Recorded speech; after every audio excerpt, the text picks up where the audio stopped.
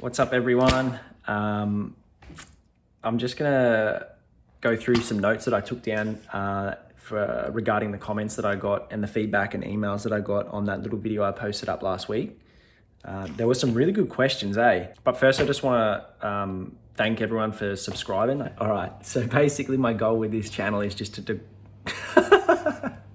I've like paused and restarted this so many times. I don't know why I can't say that. Just to spread awareness and try and grow it super big so that people that are getting surgeries and stuff and that are freaking out like I was can just go onto YouTube and click on my page and get some answers without having a total meltdown. Because when I got my surgery in 2013, I was peaking out big time because there was no one with a J. I knew nothing about the J pouch. I knew no one with a colostomy bag, no one.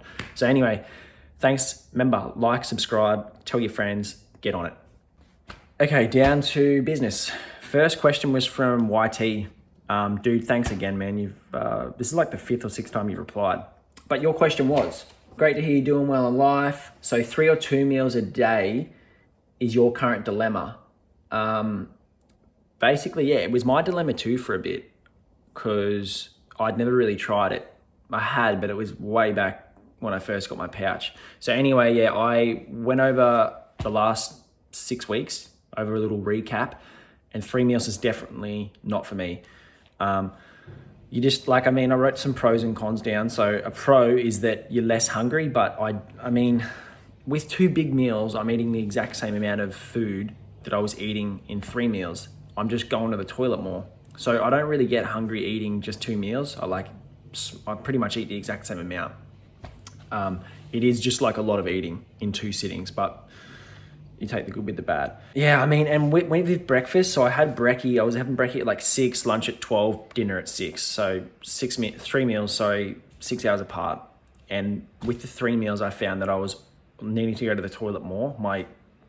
I went up to about 7 bowel movements a day, and I sit around 3 or 4. So that wasn't worth it for me. With the cons, I got less sleep because I was going to the bathroom more at night time because I was eating more during the day. It's obviously it's going to come out at night. So yeah, I was getting way less sleep. I was going to the bathroom more.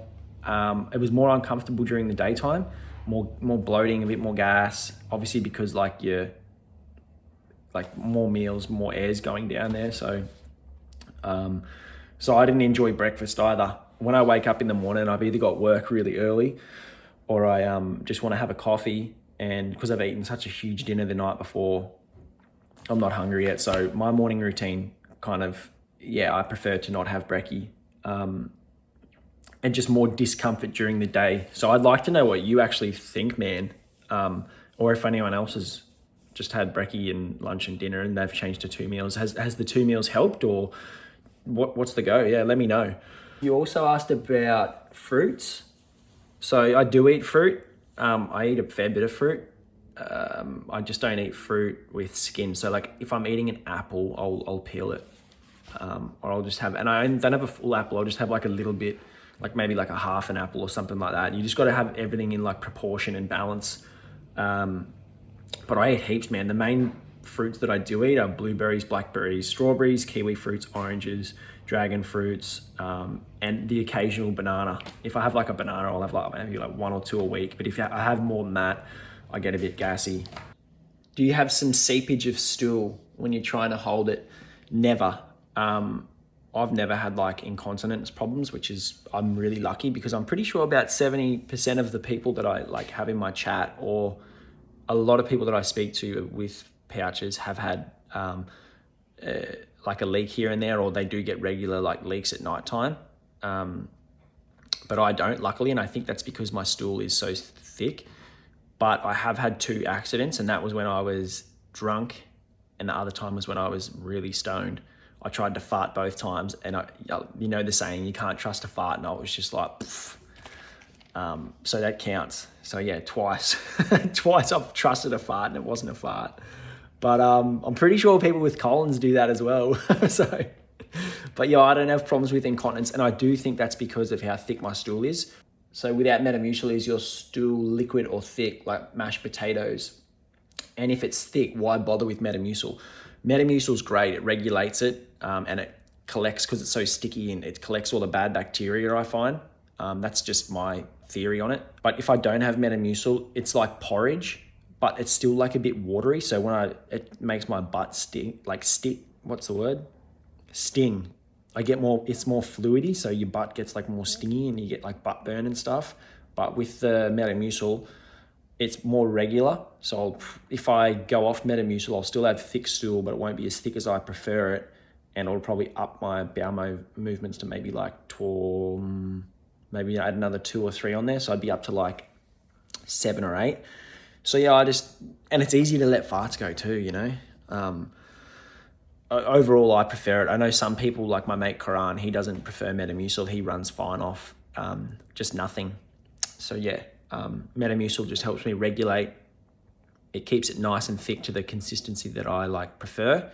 But everyone's different, man. Like I know people that have had Metamucil and it's like backed them up, or people that have had it and they've had dramas with like looser stool. So, I mean, you just got to try it and see how you go. So yeah, and I've got a video up on that as well, like on how much I put in. And I still do that now. I still have 2 things of Metamucil, big heaped teaspoon with about that much water, like about 3/4 of a normal glass. And then, yeah, every meal, man, without a doubt. Waiting on Mars. Dude, congrats on the takedown surgery. That was March, so only a couple of months ago. How was my anxiety dealing with eating vegetables again and opening up my diet? Yeah, look, man, it's always scary. I was super nervous too. I had heaps of PTSD and anxiety. When I first got my pouch, I was like hesitant to eat, not even only vegetables, dude. I was hesitant to eat everything. Just worried I was going to get like a blockage or it was going to like F me up or something. But to be honest, you just be cautious. And try and make it a positive thing. Like you don't have Crohn's or ulcerative colitis or colon cancer or whatever you had that you had to get a takedown surgery or a J pouch, sorry. And just be really cautious, but try new things and don't get anxiety about it. Just kind of take a food diary as well. That'll help. And then try and keep those. So get like a solid diet for maybe like 2 to 3 weeks, something that you think might work. Keep a food diary of how it reacts with your pouch, how comfortable you are, how many times you go to the bathroom, and just try and gauge what foods work with you while doing that, you know? So a food diary is something that I found really useful. And then if a food doesn't work, generally you'll know about maybe like 5 to 8 hours afterwards. Say you eat something that's like, doesn't agree with you. Probably with me, it takes about 6 hours to get through from my mouth to my ass. So, food diary and chew stuff. I still chew stuff. I've been eating steaks heaps. I never thought I could eat steak again. I was off red meat and I was at the pub Friday night had like 15 beers and big steak and it was good. And you'll get there as well. So, and it is a slow, tedious process, but you just got to be patient. But yeah, with vegetables, man, the only veggie I don't eat is cabbage. Oh, actually, I do eat cabbage. Yeah, I eat cabbage now, which is not a recent thing. I just didn't know that cabbage was in spring rolls. So yeah, I eat cabbage. And it doesn't cause me any gas, which is like, it's renowned to cause gas. So yeah, I just stay away from broccoli and that's it. Every other vegetable I eat, just in small proportions and yeah. Yeah, dude, also, I think I touched on this just before. Yeah, no nighttime incontinence. But it is a normal thing, so don't stress about that. And generally, the older your pouch gets, the more used to holding it'll get. And yeah, you might just end up phasing away, and you won't end up getting nighttime leaks anymore. Dari, thank you for the comment. That's a good one. Do you ever get urgencies that make you feel like you're about to go, no matter how hard you try or hold it? And any advice that I can give others trying to have less bowel movements a day? Yeah, look, I do have urgencies. Like anyone though, like if anyone, even with a colon, if they really need to go to the bathroom, it's not pleasant. Yeah, I do get urgencies, probably like maybe once or twice a month. I'll push my pouch too far and I'll go to work in the morning and I won't go to the bathroom all day, purely based on the fact that I've got to look after kids. I'm a support worker for kids with disabilities, and they're only 12, 13. I can't go to the bathroom for 20 minutes and just say, hey, look, you sit out here and wait while I go for a shit. So I just hold it, and it's honestly not that bad, eh? It gets a little bit uncomfortable, but it's not that bad. But there has been a few times where I'm driving home And this is after like a 10-hour hold. Like I've been to the bathroom in the morning at 6 and I'm driving home at like 3:34 in the Arvo after a big meal, couple of coffees, and yeah, it gets pretty uncomfortable, but I've never shit myself in the car, which I did lots. I used to shit myself heaps when I was suffering with ulcerative colitis. But yeah, there is urgency, but it's generally it's me causing that urgency by not being able to go to the bathroom. Whereas if you can go to the bathroom even once or twice during the day, if in your job role, then you'll be laughing. Yeah, it's not bad. It's honestly not that bad. So Dari, you also asked what advice would I give to someone that is trying to lower their daily BMs? That's a hard question because everyone's different.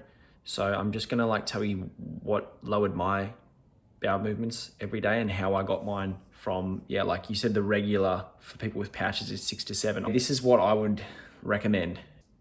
Fluid. So the more fluid and the waterier my pouch is, if I don't take like Metamucil or something like that, it causes irritation. So the pouch gets really irritated the more fluid that's in the pouch. That's just what I found. My ass starts to sting. I get more urgent. So having Metamucil, having bulkier foods, and bulking that stool up any way that you can, I find is a massive win. And it's like crucial to having like a healthy pouch, because the more fluid that's in there, me personally, once again, the more irritated my pouch gets. And that's when I find things like bad bacteria will be more common, pouchitis is more common. One of the main things that people suffer from with pouchitis is bad bacteria growth, like overgrowth, which probiotics can help knock that on the head. And I do take probiotics and I've done a video on that. Probiotics are really good. And the last piece of advice that I could recommend would be not to stress, because stressing just makes things so much worse. You can make something this big into this big and you don't help anyone, you just make it worse. And the pouch really doesn't like stress. If I stress, I just get diarrhea straight away, literally, and it takes like 2 or 3 days to kind of reverse the effects. It can get frustrating at times, but you just kind of have to roll with the punches, take it on the chin, and not overthink it. Thanks, Dari, for that message. Let me know if you have any other questions and I'll answer them. What's up, Joe? Yeah, dude, I will try and do some more videos on nutrition. If there's anything specific that you want me to do a video on, like regarding my diet or my daily nutrition, just, yeah, comment, let me know. Otherwise, yeah, I'll try and put some stuff up in the next few weeks. And also congrats on the takedown surgery, man. That's good. I'm glad. Anyway, that's it for another video. Thanks for the support and all the feedback. Don't hesitate to let me know if you guys have any other questions or want me to do any other videos this week. I will do my best to get the next one up on Wednesday and we'll see how we go.